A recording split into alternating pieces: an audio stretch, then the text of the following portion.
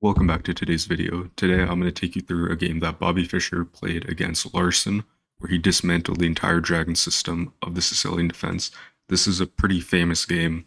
In fact, it's game 2 of Bobby Fischer's My Most 60 Memorable Games. And this is important because Bobby Fischer showed the world how to kill the dragon Sicilian.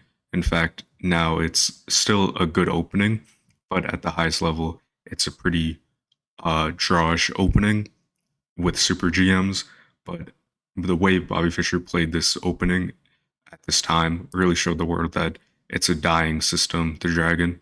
And in fact, even nowadays, modern days, if your opponent doesn't know what they're doing and they're Dragon Sicilian, white can basically get a super strong attack going with his pieces. Now, I'm going to show you how you can go through this Dragon Sicilian, just the opening first, and then I'm going to explain the game.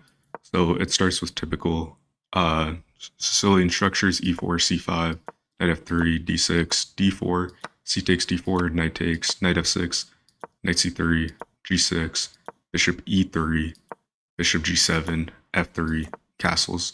And the idea of this Dragon Sicilian is that you want to fight for the center, control the center, and the queen side. We use this kind of hyper modern approach with these sort of indirect uh, pieces to control it from afar. Basically, you pair a fianchetto dark squared bishop with the asymmetrical pawn structure to try to pierce the opponent's position and fight for this. And it's actually called the Dragon because it looks like the constellation Drago, hence the name Sicilian Drago, which in this case is the Yugoslav attack. So now what I'm going to do is I'm going to take you through Fischer's game with Larsen, which is a 31 move game, and I'm going to explain why each move is played. So you have typical Sicilian, Dragon Sicilian that I just showed, fianchettoed, open dragon, pawn f3, castles. Now here Fischer deviates a little bit. He plays queen d2. You saw it in this. Didn't play queen d2 after castles. This is just the general opening. Fischer plays queen d2, knight c6, bishop c4, knight takes, bishop takes. This has all been played before. This is relatively opening prep at the modern level. At the time, this wasn't anything special. It's just you want to think about what you're doing. Here, Larsen plays bishop to e6. Remember, Larsen black pieces, Fischer white pieces. Now, this move basically says he's prepping this move d5. So what's the most obvious way to defend against this? To slide the bishop back. This protects this sort of fork of the pawn and the bishop, which is protected 3 ways.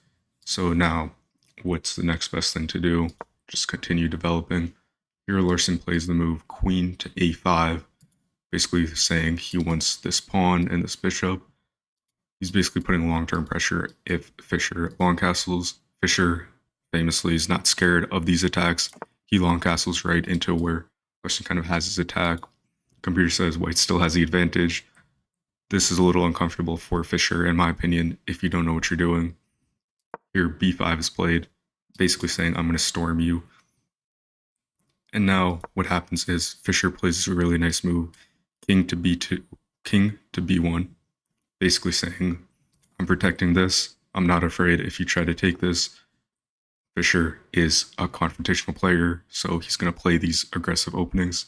Here, what does Larsen do? Pushes pawn, threatening to take this knight.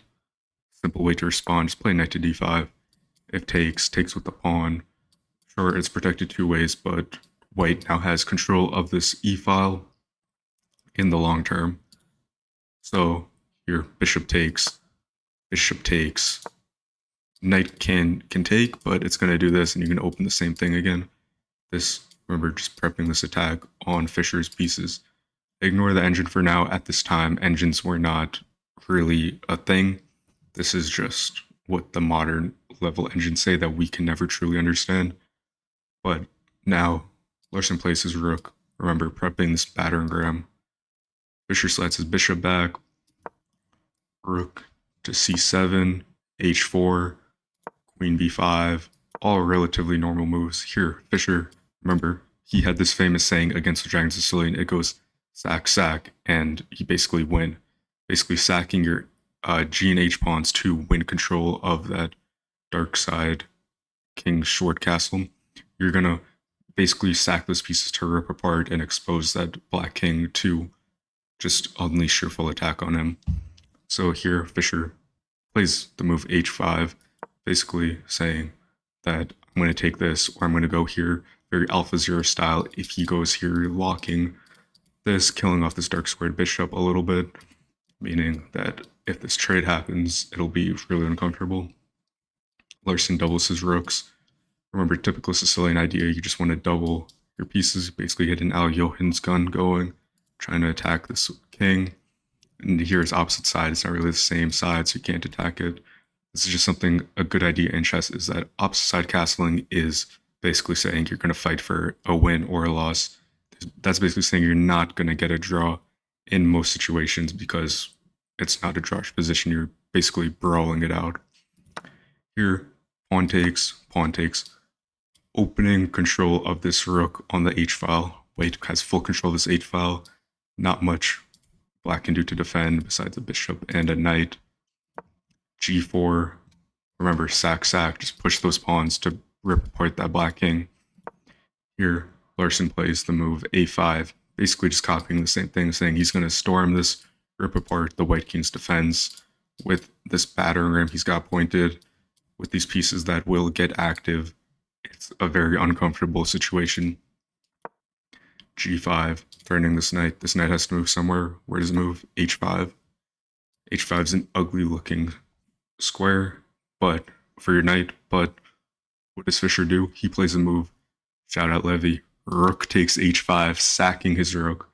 He sacks the rook for the idea that if you take with this, now what's the best move? You play g6.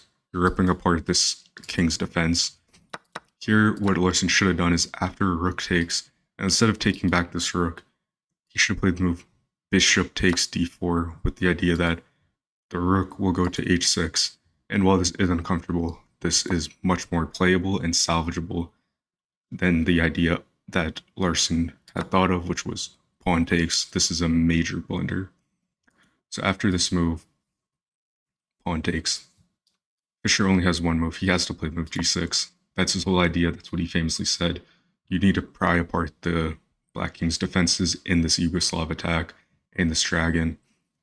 Now, after pawn push, Larsen makes a little bit of an inaccuracy. He plays pawn to e5. Here, I would play the move bishop takes. You need to get control of this dark square bishop, even if it's just trading it off. This is super uncomfortable for the black king. You cut off its mobility. So he needed to take this. He doesn't. He plays this. Same thing, kind of. He knows that this is an annoying weakness here. He tries to lock this position like so, but that's not really doing much. In fact, this is an ugly pawn structure because remember, Fischer has these push pawns. And in fact, that's what he does. He takes this G to F with check. Computer doesn't like this. Computer likes to move queen G5, basically saying you're going to check, you're going to storm with the queen. Personally, I don't like this move. I would just say it's a free pawn. Take it.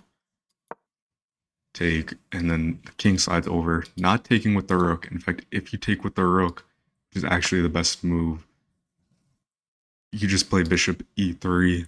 Granted, it's still losing, but I like this chance with black much more than I like the move, which is king slides over. I guess Larsen was worried about something. So it's a decent move. Not saying it's bad by any means, but this is just how the chess was played back then.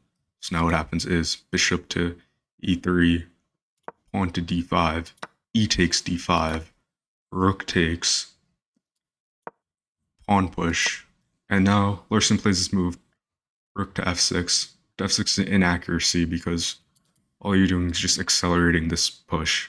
It's not a bad move, it's not a great move, it's not a good move. Instead, what I would have played, if I was Larsen, I would have played rook to d7, basically saying this pawn won't get pushed up anymore. Still, you're losing as black, but this is a lot more salvageable. In fact, let me just flip the board. Look at this from the black side.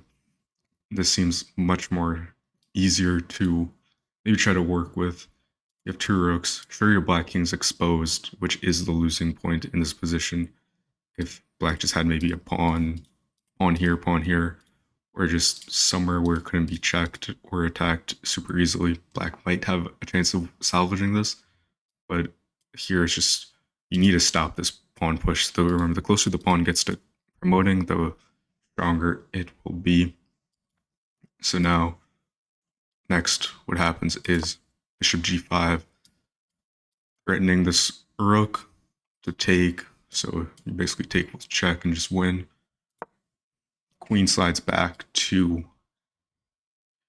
b7, which isn't a great move. Here, Fischer takes the rook, which is the best move. You takes, and now what should you do with the white pieces? You should just push this pawn, which Fischer does do. Now, this is, you see the computer says maintenance 6, 3 different ways. Ignore it. This is much more. It's better if you don't understand what the engine's saying. In fact, just turn off the analysis so you can actually see how this game finishes. Rook to d8, queen d6 check. This is a win for white. Larsen resigns here, and the idea is that if you go bishop e7, you play queen h6, which is mate. In fact, let me just show you this. Queen h6 mate, checkmate. Let's go back here. Best way to play this out with the black pieces. Still a checkmate, but if you want to learn, it goes king g7, rook to g1, check, king h7, queen takes f6, queen takes d7, threatening this sort of back rate checkmate, but white just has queen to g6 check, king h8, queen takes h5 check, queen h7, queen takes e5 check, queen g7, and a very nice sequence of moves to destroy this Dragon Sicilian. Now, the Dragon Sicilian is not a bad Sicilian by any means. The way Fischer condemned it in his book is kind of doing it more, giving it more notoriety than it needs to have. It's a solid opening with the Sicilian, it's a solid opening with 4 black, but if your opponent knows the side of kind of attack, it can get very messy. In fact, I agree with Fischer to an extent. I think sacking your H and G pawns to just rip apart this Black King's defense is very modern, it's very aggressive. It's a very sort of brawly way to play chess, which I enjoy. I like that. But Dragon Sicilian's still not that bad as Fischer condemned it to be. You can definitely get winning chances. I will say that around the 2000 to 2200 level, you might run into people who actually know this line, know how to play it, and can actually maneuver their way to a draw. But the idea with the Dragon Sicilian is that, going back, you see this nice move where you're basically fighting for control of this E file. You basically don't want to do that with black, but because when you do it with black, it's basically saying, you're basically saying that it's not going to go in your favor. And white can force this move a lot of ways. You can just play pawn push, knight here, bishop here. There's so many different ways you can force this move. So you have to learn how to play around that, how to try to outmaneuver your white king.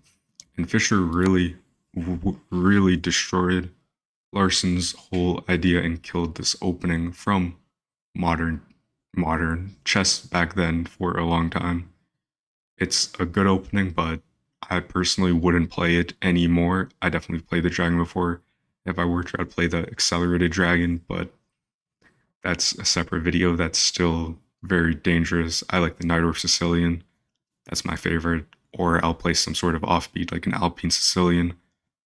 But that's my personal preference. I would not recommend the Dragon Sicilian to people past that 2000 level. But this shows Fischer's genius in an era where computers weren't really what they are today. He sacked his pieces in a very AlphaZero, Stockfish, Leela style, and just ripped apart the Black King's defense to get this nice checkmating attack on the Black King. If you like this video, make sure you like, comment, subscribe, and follow me on TikTok and YouTube.